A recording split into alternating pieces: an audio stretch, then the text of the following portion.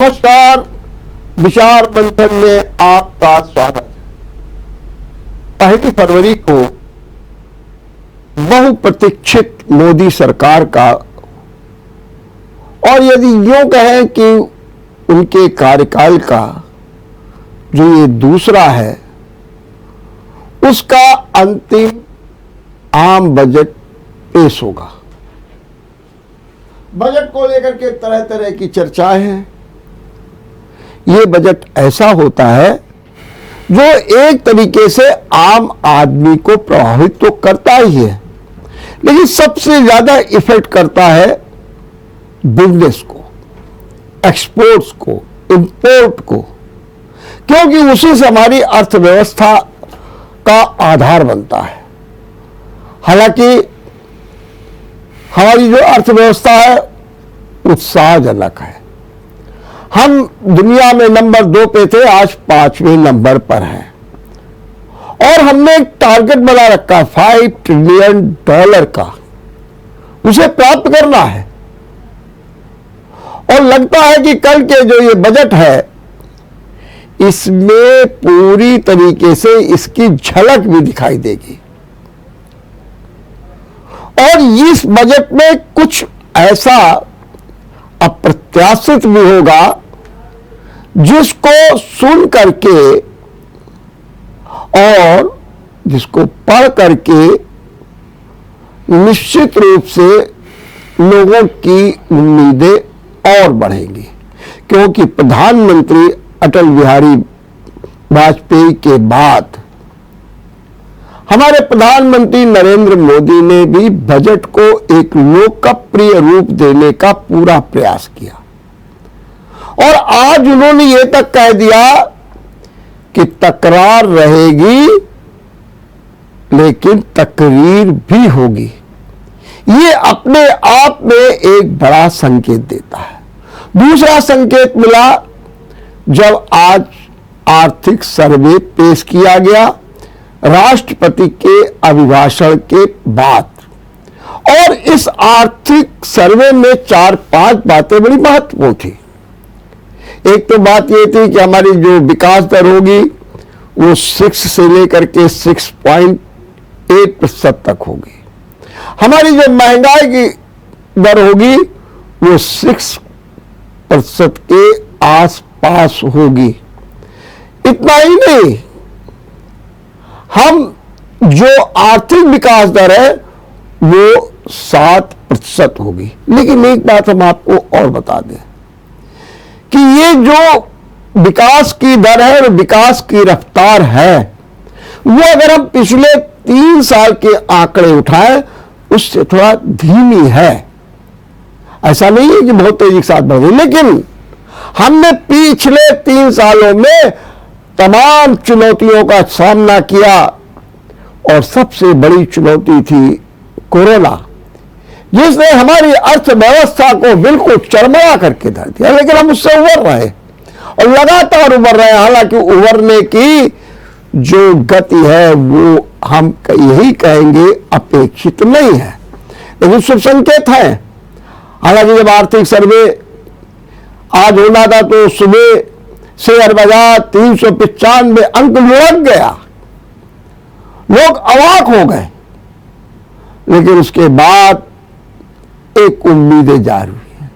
हम स्टील के प्रोडक्शन में दुनिया में सबसे बड़े ताकतवर हैं, और निश्चित रूप से हमारा ये जो आर्थिक सर्वे है उसने हमें एक नई दिशा दी है। आज हम इसी पर चर्चा करेंगे, और इस चर्चा में भाग लेने के लिए मेरे साथ हैं युवा चार्टर्ड अकाउंटेंट अंशु सोनी। अंशु सोनी, मैं आपका बहुत बहुत स्वागत करता हूं। आप पधारिए, आपसे बड़ी अपेक्षाएं हैं। जरा हमको ये बताइए कि आपने जो ये आर्थिक सर्वे जो पढ़ा है, ये आर्थिक सर्वे क्या संकेत दे रहा है?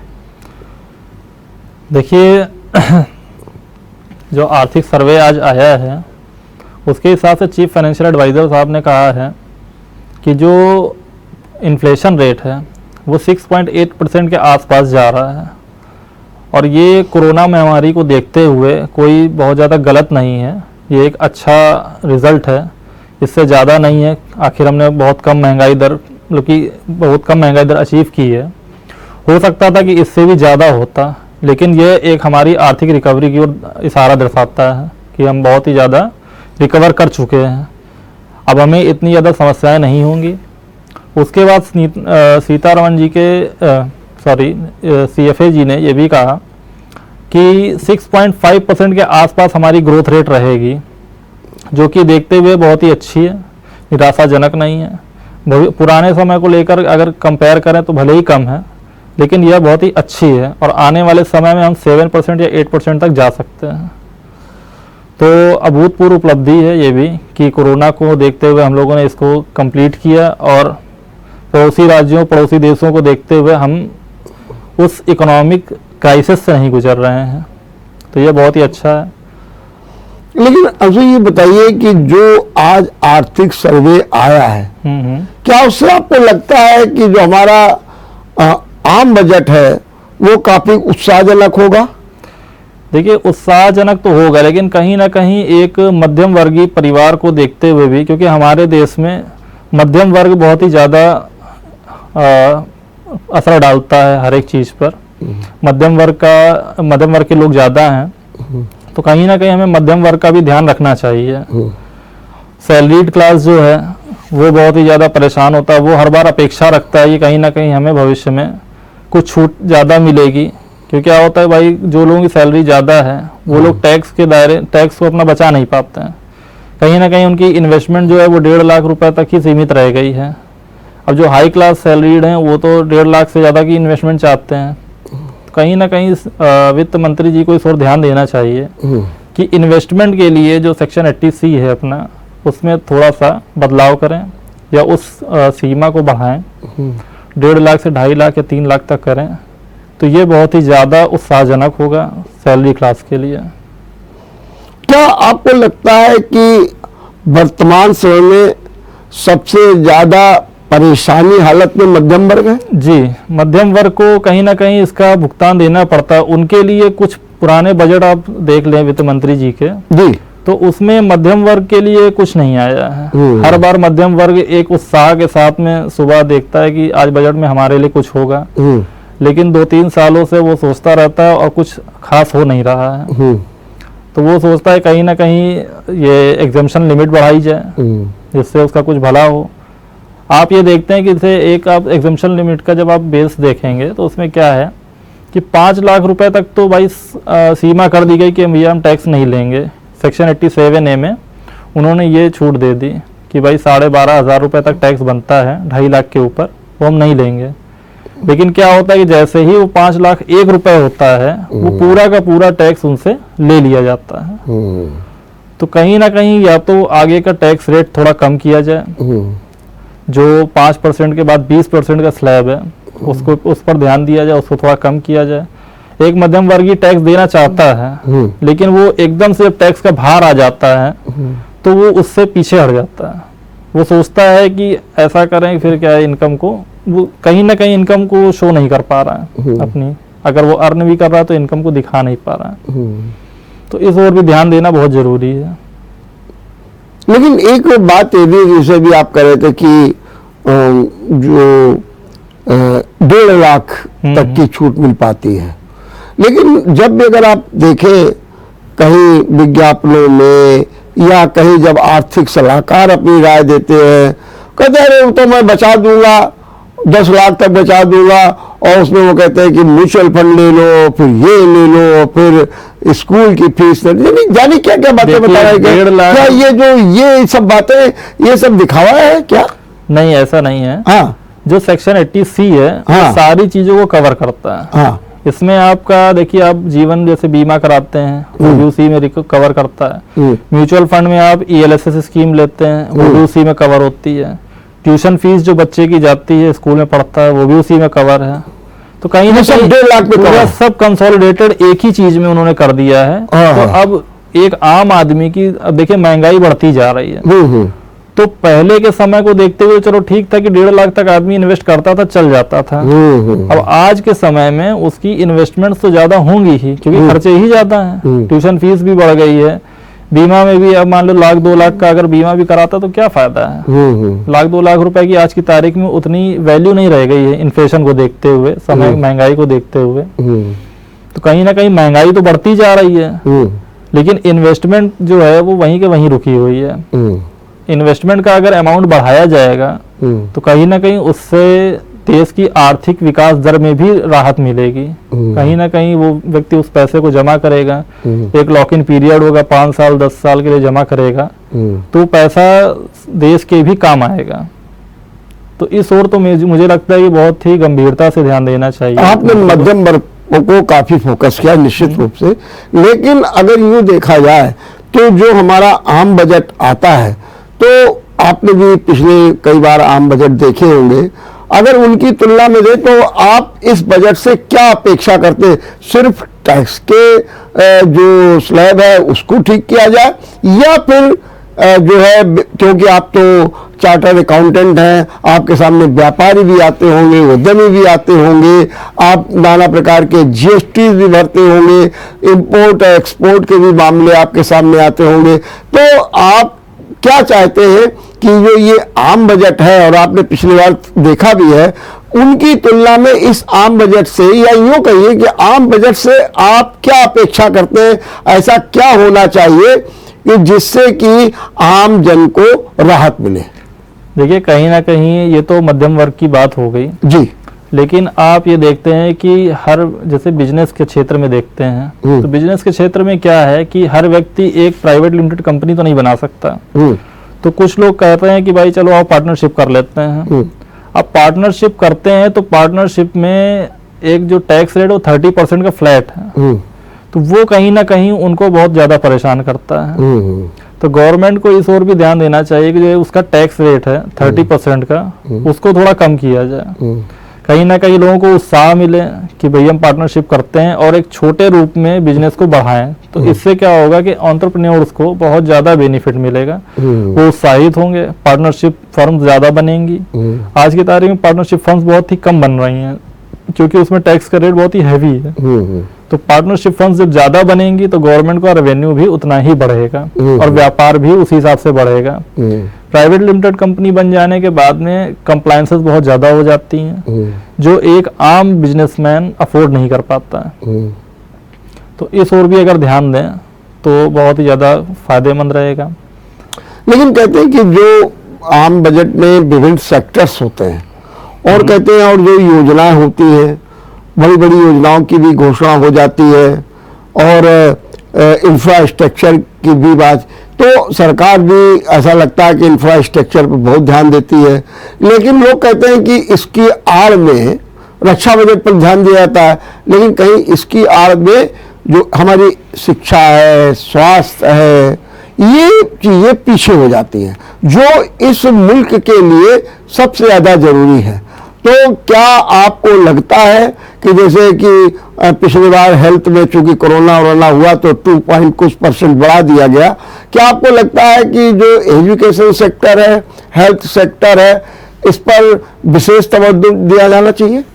जी हाँ, बिल्कुल दिया जाना चाहिए, लेकिन क्या है कि देखिए, बनाई तो बहुत सारी योजनाएं जाती हैं, ठीक बात है, लेकिन मूर्त रूप कितनी ले पाती हैं, और एक साल में क्या सारी योजनाएं मूर्त रूप ले पाएंगी, ये भी कोई संभव नहीं हो पाता है। जी, तो बढ़ावा तो दिया जाता है कि किसानों के लिए ये किया जाएगा, गरीब लोगों के लिए ये किया जाएगा, लेकिन क्या वाकई में वो योजनाएं गरीबों तक पहुंच पा रही हैं? इसके लिए क्या कोई ऐसी वो है, अथॉरिटी है जो इसको कहते हैं चेक कर सके कि वाकई में ये इन योजनाओं का लाभ उन्हीं को मिल रहा है जिन्हें मिलना चाहिए?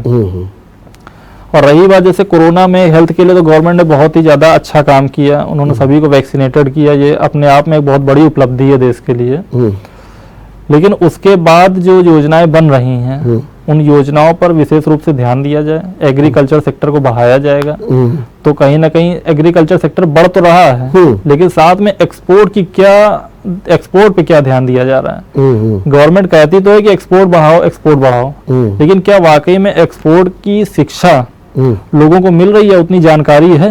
नहीं हो पा रही है। तो इसके लिए कहीं ना कहीं छोटे छोटे जैसे एक बोलते हैं नहीं, सेमिनार्स होते हैं या छोटे छोटे वो बनाए जाएं, कि सेंटर्स बनाए जाएं जहां पे इसकी शिक्षा दी जाए। गवर्नमेंट इसकी फ्री में शिक्षा दे सकती है, ऐसी वो योजना लेके आए जिससे एक्सपोर्ट को बढ़ावा मिले, लोग एक्सपोर्ट के बारे में जाने कि हम क्या एक्सपोर्ट कर सकते हैं, किस सेक्टर में, किस देश में किस चीज की डिमांड ज्यादा है, हम उसको वहां पे एक्सपोर्ट करें और किस तरह से एक्सपोर्ट करें, सुरक्षित एक्सपोर्ट हो, है ना, और उसके बाद हमारी रिकवरी भी हो जाए आसानी से। तो इस ओर भी गवर्नमेंट को शिक्षा देने की आवश्यकता बहुत है, इसको भी बढ़ावा देना चाहिए, तो इससे भी बहुत ही ज्यादा रेवेन्यू पे फर्क पड़ेगा। लेकिन अंशु, ये जो मैं बात कर रहा था कि आप आदमी महंगाई से सबसे ज्यादा परेशान रहता है, और अभी हमने जब कुछ महिलाओं से बातचीत की तो उन्होंने पहला थ्रस्ट यही था कि सिलेंडर के दाम कम होने चाहिए, हमारी जो रसोई है वो सस्ती होनी चाहिए। रसोई बड़ी महंगी होती चली जा रही है, महिलाओं को घर का खर्च चलाना बड़ा मुश्किल हो रहा है। क्या आपको लगता है कि कल के जो भविष्य है या जो बजट आने वाला है उससे क्या महिलाओं को कोई लाभ मिलने जा रहा है? देखिए, महिलाएं कह तो सकती हैं कि कम होना चाहिए रेट उसका सिलेंडर का, लेकिन होगा नहीं क्योंकि आप इस चीज को देखेंगे कि अगर आप जिन कंट्रीज से गैस, हम लोग गैस प्रोड्यूस तो कर नहीं रहे हैं, कहीं ना कहीं प्रोडक्शन जब हम लोग नहीं कर रहे हैं तो उस पर हमारा कंट्रोल उतना नहीं है, हम सब कुछ बाहर से आयात कर रहे हैं, फिर भी गवर्नमेंट बहुत ही सब्सिडाइज्ड रेट में ये घरेलू गैस सिलेंडर पहुंचा रही है। अगर आप बगल में पड़ोसी देश पाकिस्तान का इस समय देखें तो वहाँ पे 10,000 रुपए में सिलेंडर चल रहा है। तो कहीं ना कहीं गवर्नमेंट इस पे ध्यान दे रही है, लेकिन वो उतना ही कर पाएगी जितना हो सकेगा। तो गैस के और तेल के दामों में अगर हम सोचते हैं कि बहुत ही ज्यादा कुछ परिवर्तन आएगा तो ऐसा हो नहीं सकता। क्या इस पर भी आपने कोई अध्ययन किया कि इधर अपने देश में आटा का दाम बहुत तेजी के साथ बढ़ रहा है, 40% आटा के दाम बढ़ गए, 38 रुपए किलो तक आटा हो गया, और जो पैक्ड है वो तो 40 और 45 तक चला गया है। क्या इसका भी कुछ असर दिखाई देगा और इस बजट पर? देखिए, क्या है कि अगर जो आटे का दाम बढ़ रहा है जी, कहीं ना कहीं गेहूं तो हमारे देश में ही हो रहा है जी। अब आटे का दाम बढ़ने का कारण ये है कि पिछले कुछ समय से आप देखें तो पैदावार पे बहुत ही ज्यादा असर आ रहा है। ये इसके लिए कहीं ना कहीं मौसम का जो असर है, विपरीत असर है, वो है कि भाई गेहूं की पैदावार नहीं हो रही। जब गेहूं की पैदावार होना होता है तो उस समय या तो पानी गिर गया या पाला पड़ गया या ओले गिर गए, तो उस समय जब प्रोडक्शन नहीं होगा तो गेहूं से ही, और कहीं ना कहीं किसानों को एक निश्चित अमाउंट भी देना सरकार की जिम्मेदारी है। क्योंकि क्या है ना, आज की तारीख में आप ये देख रहे हैं कि महंगाई बढ़ती जा रही है।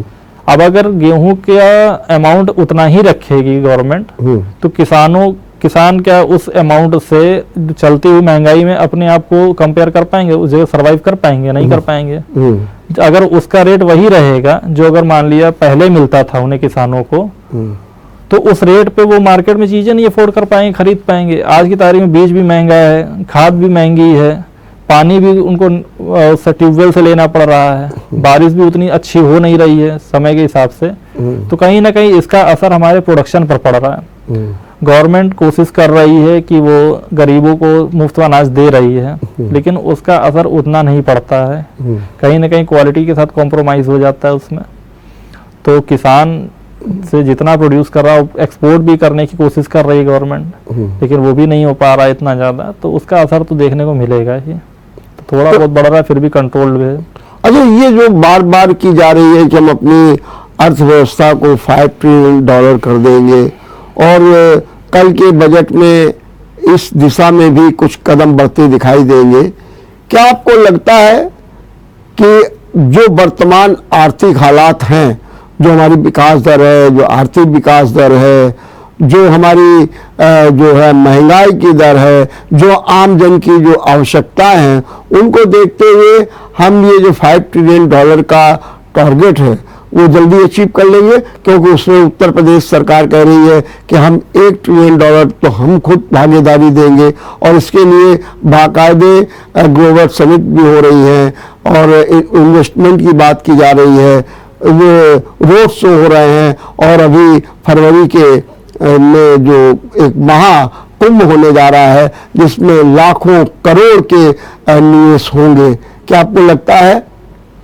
देखिए, कहीं ना कहीं यूपी गवर्नमेंट तो बहुत ही अच्छा प्रयास कर रही है जी कि हमें इकोनॉमी में बहुत ही बड़ा सहयोग देना है, और कहीं ना कहीं हमारे माननीय मुख्यमंत्री जी ने बहुत ही अच्छा काम भी किया है, वो देखने को भी मिल रहा है। और यह आशा तो है कि 5 ट्रिलियन इकोनॉमी से ज़्यादा ही हम लोग अचीव करेंगे, क्योंकि जिस ओर इस समय मोदी सरकार भी, गवर्नमेंट जो है, बहुत ही अच्छा तरह से ध्यान दे रही है, बढ़ावा दे रही है व्यापार को, बिजनेस को।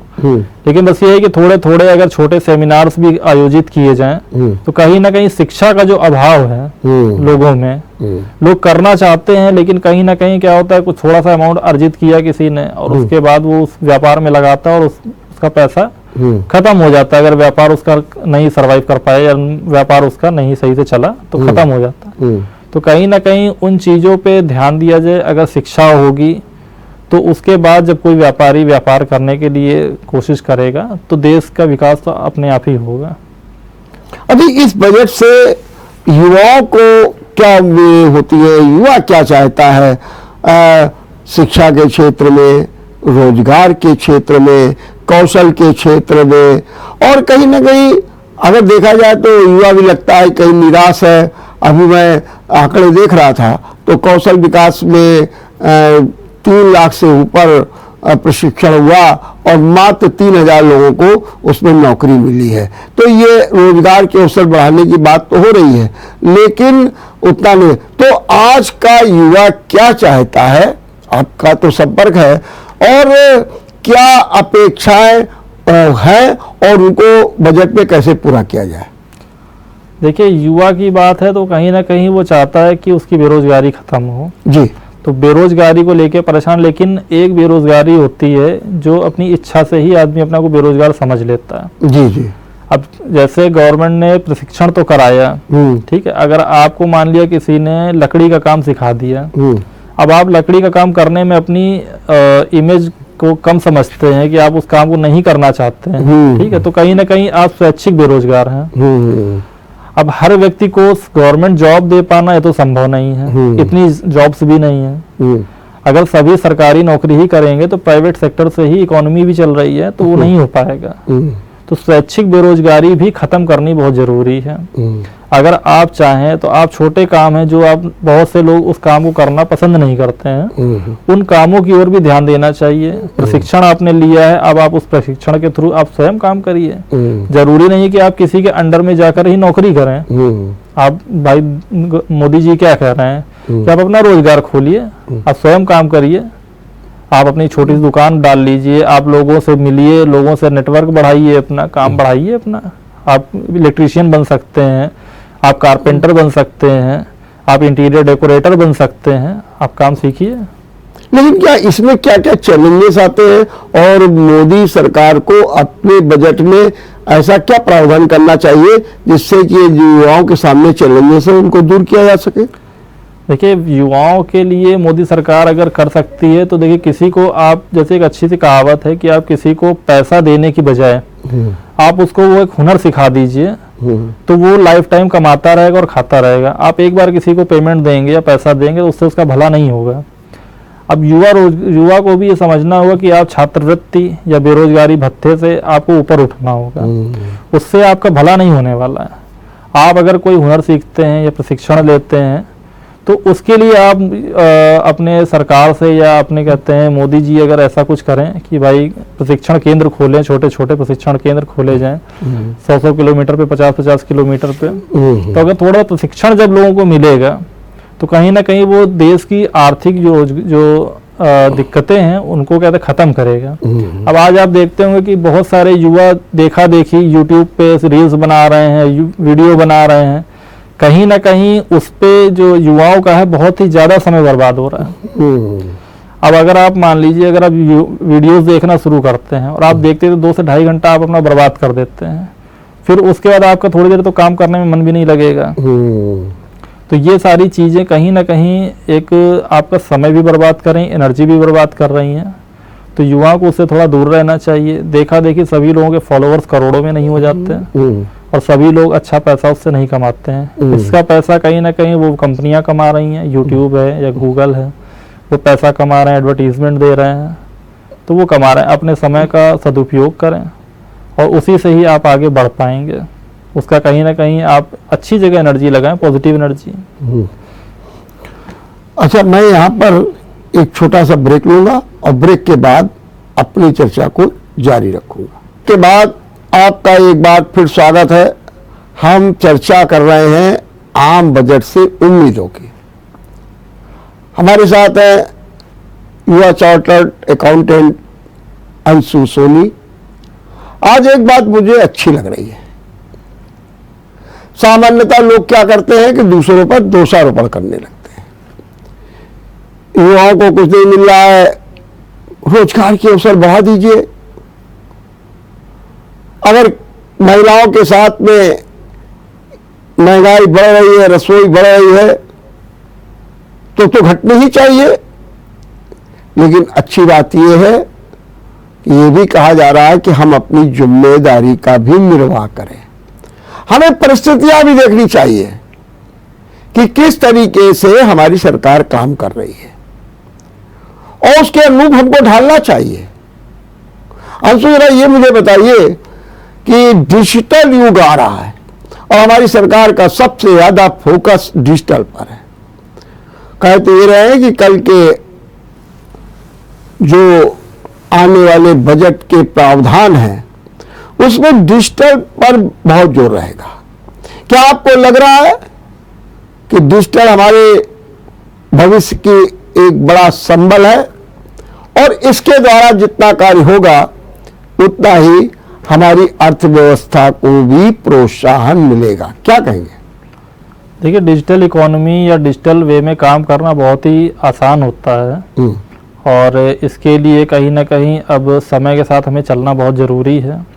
अगर हम वही पुराने रवैये पे चलते रहेंगे तो कभी हम कदम से कदम नहीं मिला पाएंगे जो आर्थिक उन्नति की ओर या डेवलप्ड कंट्रीज हैं उनसे। तो कहीं ना कहीं डिजिटलाइजेशन तो बहुत ही ज़्यादा इम्पॉर्टेंट है। लेकिन डिजिटलाइजेशन के साथ साथ जो एक फेस टू फेस जो काम होना चाहिए वो भी बहुत ही ज़रूरी है। डिजिटल वे में भी कहीं ना कहीं एक सुरक्षा की भाव होना चाहिए। जैसे अभी आप पैसे ट्रांसफ़र करते हैं तो अगर उस बहुत ही सुरक्षित वे में है तब तो ठीक है, लेकिन अगर कहीं बीच में हैकर्स जो हैं आज की तारीख में वो बहुत ही ज़्यादा परेशान कर रहे हैं। एक आम आदमी का बहुत ही मतलब कि गाढ़ी कमाई जो होती है वो अपने बैंकों में रखता है, बहुत ही सिक्योरिटी समझता है कि बैंक में मैंने पैसा रख दिया तो बहुत ही सिक्योर है वो। लेकिन उसके बाद आज की तारीख में आपने बहुत आए दिन आप डिजिटल फ्रॉड के बारे में भी सुनते हैं कि कहीं ना कहीं दूसरे तरीकों से या बेवकूफ़ बनाकर लोगों के पैसे उनसे ठग लिए जाते हैं। तो इस ओर भी गवर्नमेंट को एक ऐसी सेल बनानी चाहिए जिससे क्या हो कि अगर देखिए पैसा जब डिजिटली ट्रांसफर होता है तो उसे ट्रैक किया जा सकता है। अगर मान लिया आपने मेरे अकाउंट में पैसा ट्रांसफर किया तो कहीं ना कहीं आप ये जानते हैं कि जिसके अकाउंट में पैसा गया है वो कौन है। वो कहीं नॉन केवाईसी तो गया नहीं होगा, कहीं ना कहीं उसकी केवाईसी होगी, बैंक में अकाउंट होगा उसका। तो अगर उन जो समस्याओं का समाधान आसानी से कर दिया जाए कि अगर किसी का पैसा गलत मीन्स से दूसरी जगह ट्रांसफ़र हुआ है और वो अपनी शिकायत लेकर आता है और अगर वो पैसा उसकी रिकवरी आसानी से हो जाती है 70 से 72 घंटों में, तो कहीं ना कहीं लोगों का एक ट्रस्ट बिल्डअप होगा डिजिटल वे की ओर, डिजिटलाइजेशन की ओर, और वो डिजिटलाइज्ड काम करने की ओर बहुत ही अग्रसर होंगे। अब हम लोग डिजिटल वे में आप ये देखेंगे कि जब कभी इनकम टैक्स हम लोग भर रहे होते हैं, रिटर्न भर रहे होते हैं लास्ट डेट पे, क्या होता है कि एक जो अपने इंडिया में लोगों का स्वभाव है कि बहुत ही लास्ट मोमेंट पे ही काम कराने आते हैं वो। अगर आप बोलेंगे कि भाई साहब कहते हैं अभी 1 महीने आराम से हैं, रिटर्न भर लीजिए, तो वो क्या करेंगे कि 1 महीने पूरे खत्म होने का वेट करते रहते हैं। आखिरी दिन बिल्कुल लास्ट डेट पे ही वो आपके पास आएंगे कि सर मेरा आप रिटर्न फाइल कर दीजिए। तो उस टाइम पर क्या होता है कि आपको सही डॉक्यूमेंटेशन नहीं हो पाता है, सही प्रॉपर डॉक्यूमेंट्स नहीं मिल पाते हैं। फिर आप भी सोचते हैं कि ठीक है जैसा वो जो है उस तरह से उसका रिटर्न भर दिया जाए, कि कहीं ना कहीं उसकी लेट फीस उस पर लग सकती है, और उसको टैक्स वगैरह में भी क्या होता है कि जमा करना पड़ेगा, कितना टैक्स जमा, वो सब कंप्यूटेशन पूरी करनी पड़ती है लास्ट मोमेंट पे, और कहीं ना कहीं हम लोगों के ऊपर भी वो भार आ जाता है। तो इसमें गवर्नमेंट का या सरकार का कोई दोष नहीं है, लेकिन क्या है कि अगर वो अपने सर्वर को इतना अच्छा बना दें, देखिए क्या है ना, आज के टाइम पहले जब लोग रिटर्न डालते थे तो 4 से 5 करोड़ लोग ही रिटर्न डालते थे पूरे देश में, 1% लोग भी रिटर्न नहीं फाइल करते थे। लेकिन जब से ये मोदी साहब की मोदी साहब की गवर्नमेंट आई है, उसके बाद से ITR भरने का परसेंटेज काफ़ी तेज बढ़ा है। आज की तारीख में तकरीबन 20 से 25 करोड़ लोग रिटर्न फाइल कर रहे हैं पूरे देश में। तो कहीं ना कहीं अब सर्वर की समस्या तो आती ही है, कभी कभी सर्वर काम नहीं करते हैं, लेकिन इस पर भी गवर्नमेंट ने ध्यान दिया है, काम किया है। तो अगर डिजिटलाइज्ड आपको काम करना है तो आपको अपने जो सर्वर्स हैं, अपने जो पोर्टल्स हैं, उनको बहुत ही बेहतर बनाना होगा। अभी हम लोग जब कंपनी का काम करते हैं, MCA की साइट तो बहुत ही ज़्यादा परेशान करती है, उस पर तो हम लोग काम करते करते बिल्कुल दुखी हो जाते हैं, समझ लीजिए। तो भाई कॉर्पोरेट कंपनी का काम होना है, तो कंपनी के हिसाब से जब आपको इतना टैक्सेशन मिल रहा है तो आप कंपनी की साइट को क्यों नहीं इम्प्रूव कर रहे हैं? उसको तो बहुत ही ज़्यादा इम्प्रूवमेंट की ज़रूरत है। अभी आप कह रहे थे कि कोई सेल बना देना चाहिए। हाँ, मैंने सेल की बात बोली कि जिसमें इन जो फ्रॉड्स होते हैं, ऑनलाइन फ्रॉड्स होते हैं, हाँ, उन फ्रॉड्स का निस्तारण बहुत ही तेजी से हो। क्योंकि क्या होता है ना, ये जो है फ्रॉड्स हैं, ये बहुत ही तेजी से इधर से उधर ट्रांसफर होते हैं। बहुत भाई डिजिटल वे, डिजिटल में क्या होता है कि टाइम नहीं लगता। आपने पैसा ट्रांसफर किया, तुरंत दूसरे के अकाउंट में यहाँ से 100 किलोमीटर दूर पैसा ट्रांसफर हो गया। अब 100 किलोमीटर दूर का बंदा अगर उस पैसे को निकाल लेगा या उसने उस अकाउंट को बंद कर दिया, कुछ भी कर दिया, तो उसका निस्तारण बहुत ही जल्दी करना बहुत जरूरी है। तो इस ओर बहुत ज्यादा ध्यान देना चाहिए। दूसरा, एक आपका तो संबंध व्यापारियों से भी रहता है, उद्यमियों से भी रहता है।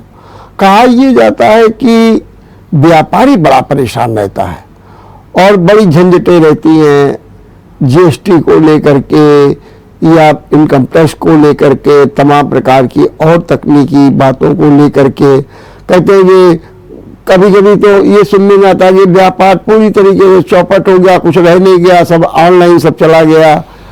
क्या आप इसे किस रूप में महसूस करते हैं? और सरकार से जो ये व्यापारी हैं, इनको क्या उम्मीदें, चाहते क्या है व्यापारी कि सरकार हमारे साथ ये कर दे बजट में तो हमारा बड़ा भला हो जाए? देखिए क्या है ना, व्यापारी जो है वो ऑनलाइन से परेशान तो है। कहीं ना कहीं जब जहाँ एक मानसिक स्थिति होती है कि जहाँ सस्ता मिलेगा और वही सेम प्रोडक्ट सेम ब्रांड मिलेगा, तो लोग उसी ओर ही जाएंगे, चाहे वो ऑनलाइन हो या किसी आपका ऑफलाइन हो। लेकिन क्या है ना, व्यापारी वर्ग इसलिए भी परेशान है कि आज देश में इक्विवेलेंसी नहीं है, लोग इक्विवेलेंट नहीं है। अब मान लिया 20% लोगों ने GST में रजिस्ट्रेशन ले लिया और 80% जो है वो अनरजिस्टर्ड है। तो कहीं ना कहीं जो अनरजिस्टर्ड व्यक्ति होगा उसका माल तो सस्ता होगा ही, वो टैक्स नहीं दे रहा है। और जो GST रजिस्टर्ड व्यापारी है वो गवर्नमेंट को एक कंप्लायंस जो ईमानदारी से चलने के लिए वो परेशान है कि भाई उसने GST में रजिस्ट्रेशन करा लिया, अब उसको तो टैक्स देना ही है। कभी कभी क्या होता है कि इस कंपटीशन में जो एंड कंज्यूमर होता है, जो प्रोडक्ट को खरीद रहा होता है, वो इसका लाभ उठाता है। वो कहता है कि भैया जो फला व्यापारी है वो सस्ता दे रहा है, आप इतने का दे रहे हो। तो कहीं ना कहीं जो GST रजिस्टर्ड व्यापारी होता है उसको अपना प्रॉफिट कम करना पड़ता है। तो अगर ये भी देखा जाए कि अगर ये मैंडेटरी ही कर दिया जाए GST के रजिस्ट्रेशन को, तो ज़्यादा बेटर है कि भाई सभी लोगों को जिसको भी व्यापार करना है वो मैंडेटरी वे में ही करें। कंप्लायंसेस को थोड़ा इजी कर दिया जाए कि कंप्लायंस करने में व्यापारी परेशान हो जाता है, वो अगर इजी कर दिए, भाई नहीं आप तिमाही रिटर्न लेना चाहते हैं, सालाना छोटे व्यापारियों से लीजिए। आप 40 लाख से नीचे टर्नओवर वालों का या 20 लाख से नीचे टर्नओवर वालों का आप सालाना एक रिटर्न ले लीजिए या छमाही ले लीजिए, कुछ भी, मतलब कि इस तरह से आप ले सकते हैं। लेकिन क्या है कि कहीं ना कहीं इसका लाभ जो है वो एंड कंज्यूमर उठाता ही है। अब आप मान लीजिए आप सरिया लेने जाएं, ठीक है, आपको घर बनाना है, अब उस पर 18% का ब्याज, उस पर GST का रेट लगता है। तो कहीं ना कहीं अब वो आदमी सोचता है कि भैया हमने अगर प्रॉफिट ज़्यादा दिखाया तो उस पर 18% हमें महंगी पड़ जाएगी, तो उसका कहीं ना कहीं एक नुकसान भी है आदमी को। तो अगर जीएसटी के रेट्स भी लीनियंट कर दिए जाएं तो ज़्यादा अच्छा है। लेकिन जीएसटी के जो रेट्स हैं लीनियंट करने का काम तो जीएसटी काउंसिल का है, बजट में तो इसका प्रावधान नहीं है। लेकिन व्यापारी क्या राह चाहता है, क्योंकि कहा जाता है कि व्यापार चौपट हो रहा है, ये कभी कभी आप सुनते भी होंगे, या फिर अगर आप नहीं सुनते हैं ऐसे ही लोग कह रहे हैं तो बात दूसरी है। तो व्यापारी क्या चाहता है सरकार से? देखिए, व्यापार चौपट हो रहा है ऐसा तो खैर है, व्यापार इतना ज़्यादा नहीं चौपट हो रहा है। आज की तारीख में आप पहले से अभी की अपेक्षा देखें, कंपैरिजन करें जी पुराने 10 सालों को लेकर आज को, तो आप देखेंगे कि लोग अब ज़्यादा घूमना प्रेफर कर रहे हैं, ज़्यादा बाहर खा रहे हैं, ज़्यादा रेस्टोरेंट में जा रहे हैं, ज़्यादा मूवीज़ देख रहे हैं। तो कहीं ना कहीं अगर आप कमा नहीं रहे तो खर्च कैसे कर रहे हैं? तो ये बात तो देखिए क्या है ना कि ये तो अपने हिंदुस्तान की शुरुआत से ही एक कहावत है, लोग करते रहते हैं कि भैया हम कमा कुछ नहीं रहे हैं, बस गरीबी में घर चल रहा है। तो शुरुआत से कहावत है, व्यापार तो चल ही रहा है, लेकिन कहीं ना कहीं एक दूसरे को देख के जो एक वो है कि हम पीछे क्यों हैं, बस इस वजह से व्यापारी बोलता है ये कहीं ना कहीं कि भैया हमारा व्यापार नहीं चल रहा है। और कहीं ना कहीं कुछ समस्याएं, अगर आप क्वालिटी प्रोडक्ट बेचोगे, आप सही चीज दोगे तो आपका व्यापार चलेगा। अगर आप ज्यादा कमाने की चाह में क्वालिटी से कॉम्प्रोमाइज करेंगे तो नहीं चलेगा। दूसरा क्या है कि आज की तारीख में देखिए सड़कें जब बन गई हैं तो अब क्या होता था, जैसे पहले जो गांव देहात के लोग होते थे वो शहर आते थे माल खरीदने के लिए, या शहर का व्यक्ति वहां जाता था और हफ्ते में या महीने में बाजार लगती थी वहां पर जाकर बेचता था। हाँ, लेकिन अब अच्छी सड़कें बन गई हैं तो व्यापारी को जहाँ सुविधा होती है वहां से वो आता है, अपना स्वयं अपने साधन से आता है, सामान खरीद के ले जाता है। तो व्यापार पर असर तो थोड़ा पड़ा ही है, और कंपटीशन का बहुत ज्यादा असर पड़ा है। शिक्षा का असर पड़ा है कि लोग जागरूक हो गए हैं, ग्राहक जागरूक हो गया, उसको समझ में आ रहा है कि ये चीज अगर 100 रुपए की है तो ये 100 की नहीं होनी चाहिए, ये 95 की होनी चाहिए। तो लाभ जो है उस पर थोड़ा सा जब डंडा चलता है, लाभ कम होता है व्यापारी का, तो उसमें कहीं ना कहीं उसको परेशानी होती है। समय के हिसाब से चीजें भी, लोगों की पसंद भी बदल रही है। अब आप 10 साल पुरानी चीज को सोचो आज भी वही बिकेगी तो नहीं बिकेगी। जब आप नोकिया और एंड्रॉयड फोन का ही कंपैरिजन ले लीजिए, नोकिया सबसे बड़ा ब्रांड था एक समय में मोबाइल मार्केट में, लेकिन आज की तारीख में जैसे ही एंड्रॉयड आया नोकिया पीछे हो गया, नोकिया खत्म हो गया। तो इनका तो असर पड़ता है कि आपको समय के साथ में अपने प्रोडक्शन में या अपने जो आपका सामान है, प्रोडक्ट है, उसमें क्या आप बदलाव कर रहे हैं, वो बहुत ज्यादा इफेक्ट डालता है। और जो दिखेगा, जो समाज को पसंद होगा, जिसकी डिमांड ज्यादा होगी वही बिकेगा। दूसरी चीज, उद्यमियों के लिए कहा जाता है कि उनके लिए इतने विभाग खुल गए हैं जिससे प्रॉब्लम होती है। यहाँ पर अच्छा जो है एमएसई सेक्टर है, लेकिन उसके बावजूद भी वहाँ सुविधाएं नहीं मिलती है। क्या कभी आपकी उद्यमियों से भी चर्चा हुई? और छोटा उद्यमी, मैं उनकी बात करूंगा, वो क्या चाहता है सरकार से?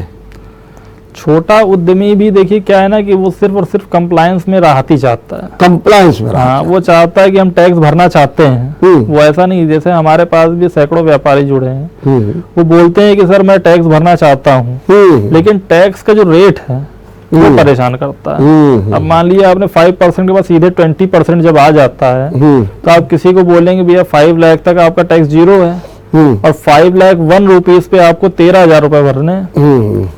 तो कहता है इतना बड़ा एकदम से डिफरेंस जब आ जाता है तो वो भरना भी चाहता होता है तो नहीं भरता।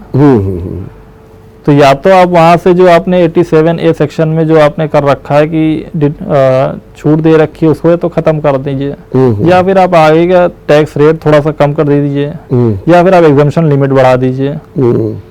और आपको निवेश पर भी ध्यान देना होगा। जैसे मैंने शुरुआत में ही बोला था कि जो सेक्शन 80C है उसमें आपको 1.5 लाख की सीमा को बढ़ाना चाहिए। और कहीं ना कहीं आप एक चीज और देखते होंगे, एक गौर करते होंगे कि जितना भी सैलरीड क्लास है या मध्यम वर्गीय परिवार है वो अपना पैसा फिक्स डिपॉजिट में ज्यादा रखता है। हाँ, वो FD कराता है। एफडी कराने के बाद में उसको जो ब्याज मिलता है वो सोचता है कि इससे मेरा पैसे, इससे थोड़ा सा खर्चे मेरे चलेंगे, तो उस पे जो एक छूट दी गई, सीनियर सिटीजन को तो 50,000 की दे दी गई सेक्शन 80 टीटीबी में। लेकिन एक जो आम व्यक्ति है जो 60 ईयर से नीचे है उसको कोई छूट नहीं मिल रही है। तो अगर इस ओर भी थोड़ा ध्यान दिया जाए कि उसको भी थोड़ा सा, उसके लिए भी लीनियंसी करी जाए, थोड़ा सा उस सीमा को बढ़ाया जाए सेक्शन में, तो उससे भी कुछ ना कुछ फायदा मिलेगा। दूसरा एक पहले तो रेल बजट बिल्कुल अलग आता था, लेकिन अब तो इसी के साथ हो जाता है। रेलवे बजट में लोग कहते हैं कि सीनियर सिटीजन्स को सुविधाएं मिलती थी, महिलाओं को सुविधाएं मिलती थी, वो सब खत्म कर दी गई हैं, समस्याएं ज़्यादा हो रही हैं। क्या आपको लगता है कि कुछ सुविधाएं बढ़ानी चाहिए या फिर से रिस्टोर कर देनी चाहिए, या फिर आप रेलवे में कोई और सुधार की भी बात करते हैं?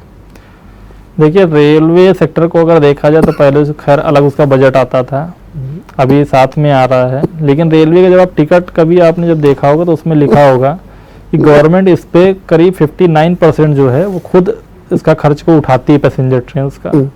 उसकी रिकवरी सिर्फ 42% के आसपास ही है। तो कहीं ना कहीं गवर्नमेंट के ऊपर एक भार तो है ही।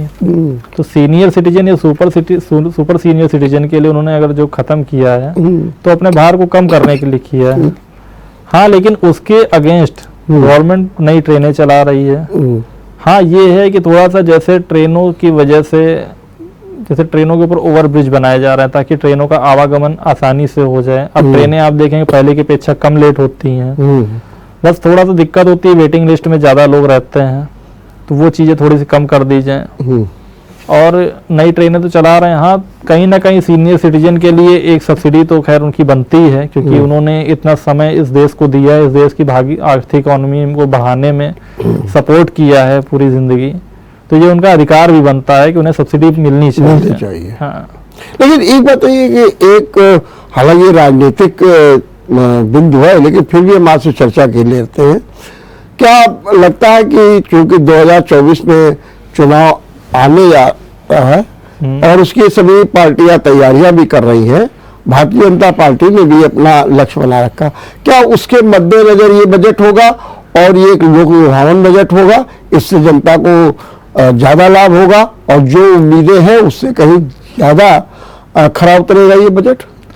देखिए, कहीं ना कहीं गवर्नमेंट के ऊपर 2024 का प्रेशर तो है ही। तो वो इस बजट को कहीं ना कहीं मध्यम वर्ग को अट्रैक्ट करने के लिए पेश करेगी ही करेगी जी। और इस बार कहीं ना कहीं सीतारमन जी का पहले से भी एक इंस्टिंक्ट उन्होंने दी है कि हम मध्यम वर्ग को थोड़ा सा ध्यान देंगे। हो सकता है कि इस बार उनकी आशाओं को पूरा कर दिया जाए। और 2024 में हम अभी भी चाहेंगे कि जो सरकार है वो कंटिन्यू करे, स्टेबल सरकार है, अच्छी सरकार है, ध्यान दे रही है। लेकिन उसके अलावा भी जो अदर पार्टीज हैं वो भी अच्छा मेहनत कर रही हैं। हम तो यही कहेंगे भाई, जो भी पार्टी आती है वो देश के विकास की ही बात करती है। कहीं ना कहीं भले ही आपस में वो कुछ भी बात बोलते हों एक दूसरे को, लेकिन उनका लक्ष्य एक ही होता है, देश का विकास। तो कहीं ना कहीं ये है कि भाई हमने अगर 70 साल में अगर देखा भी है देश आज यहाँ तक आया है, तो एक ही पार्टी तो रही नहीं है, बहुत सारी पार्टियों ने अपना योगदान दिया है। और बहुत सारे जो हमारे महापुरुष भी हुए हैं उन्होंने बहुत कुछ किया हमारे देश के लिए। तो किसी के योगदान को कम नहीं आंका जा सकता है। डॉक्टर मनमोहन सिंह की तो बहुत अच्छी देने हैं, उन्होंने बहुत कुछ किया हमारे देश के लिए। तो किसी सभी के योगदान को सराहना चाहिए। और भाई सभी जो पार्टीज हैं वो अपने लिए तो मेहनत करेंगी ही। जो एग्जिस्टिंग पार्टी है वो प्रयास करेगी, उसके हाथ में इस समय डोर है, वो अपने बजट से अगर अट्रैक्ट कर पाएगी तो उसका बेनिफिट तो मिलेगा उसको। ठीक बात। बहुत बहुत धन्यवाद अंशु जी, आपने बहुत अच्छे ढंग से अपनी बात रखी। निश्चित रूप से अंशु ने आज कई बिंदुओं पर अच्छी चर्चा की। अगर एक और सरकार से उम्मीदें जगाई, सरकार से कार्य करने की अपेक्षाएं की, आम जन को राहत और खास तौर से मध्यम वर्ग को राहत देने की वकालत की, तो वही दूसरी ओर दायित्व बोध भी बताया कि किस तरीके से हमको अपने दायित्व का बोध है और उस बोध को हम कैसे क्रियान्वयन करें। निश्चित रूप से जो आने वाला बजट है, इससे उम्मीदें हैं और उम्मीदों में खरा उतरेगा ये बजट, क्योंकि प्रधानमंत्री ने आज इस तरीके के संकेत भी दिए हैं। 2024 का चुनाव है और सबसे ज्यादा जो राहत मिलने की संभावना है, जिस पर सबकी नजर है, वो है मध्यम वर्ग। अब देखना है हमारी वित्त मंत्री सीतारमण मध्यम वर्ग को क्या राहत देती है और ये बजट किस दिशा में जाता है। देखते रहिए विचार मंथन। नमस्कार। अगर आपको हमारा वीडियो पसंद आया हो तो हमें लाइक करें, सब्सक्राइब करें और ज्यादा से ज्यादा शेयर करें और हाँ, बेल आइकॉन दबाना ना भूलें ताकि हर खबर का अपडेट आप तक पहुंचे तुरंत। आप हमें इंस्टा, ट्विटर और फेसबुक पर भी फॉलो कर सकते हैं। हमारी आईडी है @JMT News Flash।